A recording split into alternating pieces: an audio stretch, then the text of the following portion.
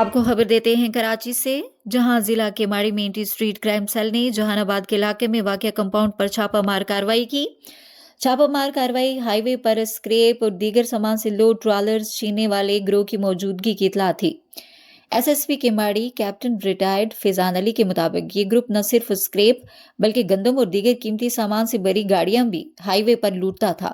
اس کارروائی میں کروڑوں روپے مالیت کا چوری کیا گیا مسروقہ سامان برآمد کر لیا گیا ہے۔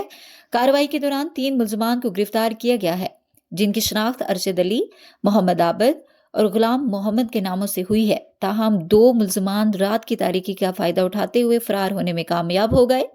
ان کی گرفتاری کے لیے سرچ آپریشن جاری ہے۔ ایس ایس پی کے ماڑی نے مزید بتایا کہ گرفتار ملزمان کے قبضے سے 2 عدد غیر قانونی پستول اور ایمونیشن بھی برآمد ہوئے ہیں۔ یہ ملزمان کئی ماہ سے ہائی وے پر مسافروں اور ٹرک ڈرائیورز کو لوٹنے میں ملوث تھے اور کئی وارداتیں کر چکے تھے۔ چھاپے کے دوران کمپاؤنڈ سے 2.5 سے 3 کروڑ روپے مالیت کا 24 ٹن مسروقہ اسکریپ بھی برآمد کیا گیا ہے، جو یہ گروہ مختلف وارداتوں میں چھین چکا تھا۔